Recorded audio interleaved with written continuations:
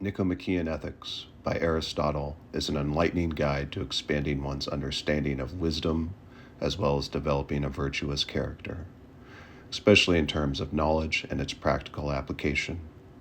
In the book, you can see both the similarities and differences between Aristotle and his teacher Plato. While Plato was concerned with the ideal state of forms, Aristotle brought philosophy down to earth with a more practical approach.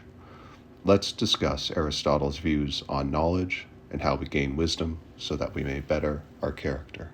Aristotle defines knowledge in different ways: scientific knowledge, practical wisdom, philosophical wisdom, and art. Philosophical wisdom implies a form of intuitive reason, which grasps first principles, while scientific knowledge focuses on empirical observation and inductive reasoning. Scientific knowledge relies on empirical data. Practical wisdom focuses on applying knowledge in real-life situations. Philosophical wisdom seeks to understand a higher level of truth, and art refers to the manner in which we effectively create what we desire. Let's use an analogy to illustrate these ideas. Imagine you have a baker. If we want to understand philosophical wisdom, we need to consider the principles behind baking. Why does the baker bake a cake in the first place? Perhaps someone placed an order, or maybe the baker enjoys the process and the product he creates. The first principle, the philosophical wisdom behind baking, asks, for what reason is he doing the good work? Then, scientific knowledge would come into play. What are the right amounts of flour, sugar, eggs, and liquids he needs for the cake? This would concern the measurements of different ingredients.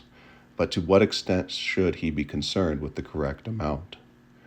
Does it make sense to measure down to the thousandth decimal? This is where practical wisdom enters. In this scenario, practical wisdom involves balancing precision with efficiency in a way that makes sense for the task at hand. Finally, the art of the baker is where his skill and experience come to life. This is the point where practical wisdom is applied to produce a cake that is not only well made, but also pleasing to the senses. The baker, using his knowledge and intuition, creates something extraordinary. These forms of knowledge and wisdom can be applied to everyday life. It's not just an analogy for baking, but a model for how we can approach our daily actions. It concerns the why behind everything we do.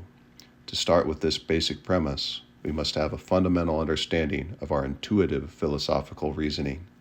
This is the starting point, the universal principle from which we use deductive reasoning through syllogism to reach specific conclusions about why we should act in a certain way. A clear understanding of an objective truth is crucial here. If our basic premise is flawed, the actions that follow may lead us astray. Consider this example. If we were to convince people that the moon is made of cheese, and this belief somehow leads to better outcomes in their lives, such as making more money, should we tell them the moon is made of cheese? While it may lead to an immediate perceived benefit, this belief is objectively false. Acting on an incorrect premise, even if it seems to yield a positive result in the short term, can have unintended consequences that may harm the person's long-term well-being due to false conclusions arrived at from the false premise. This highlights the importance of a continuous development in our knowledge, both through scientific and philosophical wisdom, and through art, so we can bring our ideas to life in a way that aligns with objective truth. The discussion of knowledge and wisdom in Aristotle's Nicomachean Ethics, which I have mentioned so far, occurs later on in the book. The beginning focuses more on the state of a person's character and how to live a good life. Aristotle defines a virtuous action or character as one that lies between two extremes, two vices. For instance, courage is a virtue that lies between the extremes of cowardice and rashness. There are various other virtues that Aristotle discusses, each with its own corresponding deficits and excesses, explaining why these extremes are not virtuous. The central point here is that living a virtuous life means being guided by rational principles rather than by passions, emotions, or animal instincts. Virtue comes from a higher order of reasoning, not from impulsive desires. This brings up an important point where Aristotle differs from Plato. While Plato focused on the ideal forms that a person may aim to achieve, which, in some sense, exist as an abstract idea outside of that person. Aristotle was more concerned with developing the a priori state of character within the individual, shaping and cultivating virtue through understanding what constitutes a virtuous character. Example, the mean between vices. For Aristotle, virtue is something to be cultivated through habit, not just intellectual understanding. It's not enough to know what virtue is. You must practice it until it becomes second nature, which is why Aristotle places so much emphasis on character and practical action. By doing so, the person is put on the path to live a good life in a practical manner, as the actions that arise from a good character are more likely to be virtuous.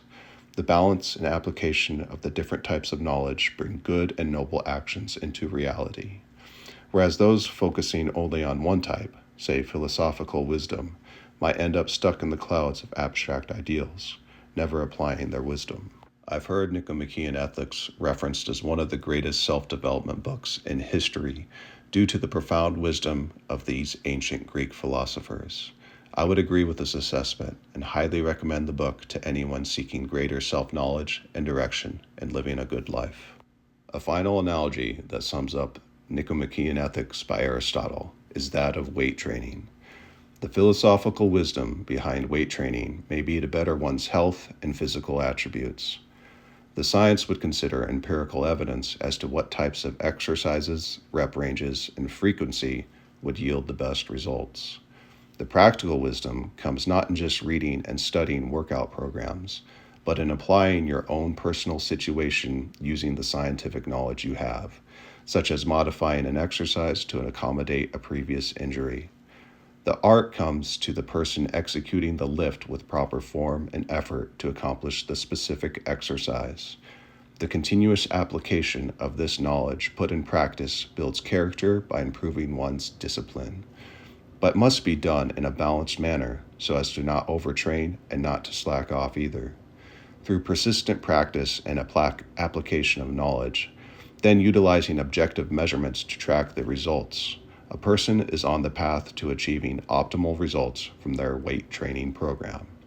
In much the same regards, Aristotle emphasized that habit and practice are crucial for developing a virtuous character. By repeatedly performing virtuous actions, we cultivate the habits and dispositions that lead to a good life.